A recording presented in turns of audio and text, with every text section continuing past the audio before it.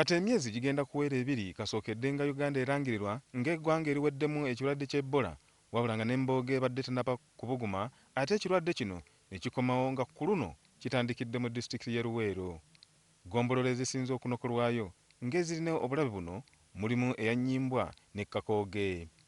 I like to inform the general public that another viral hemorrhagic fever, Ebola, has broken out in the country.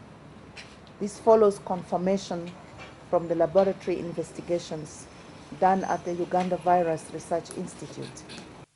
Okusinziira ku Minisita Ndowa, abantu babiri be bakakasiddwa nti bafudde nga mu kiseera kino abakugu ba Minisitule y'ebyobulamu bali mu kwekebejja wamu n'okulondoola ab'enganda zaabwe okulaba oba tebakwatibbwa bulwadde buno nga bakuumirwa kati mu ddwaliro e Mulago. Tuteekawo enteekateeka ey'okulaba nga tuziyiza obulwadde buno okweyongera tubukontrolinge mu tayimu entono nnyo nga bwe kisoboka. Ti abantu ababadde bazzeemu nga bavudde Luweero nga bali suspect babafunye e Mulago ne babateeka mu isolation facility babajjanjaba bulungi tewaliiwo okugaa nti oba bajja kuspreadinga obulwadde mu Kampala.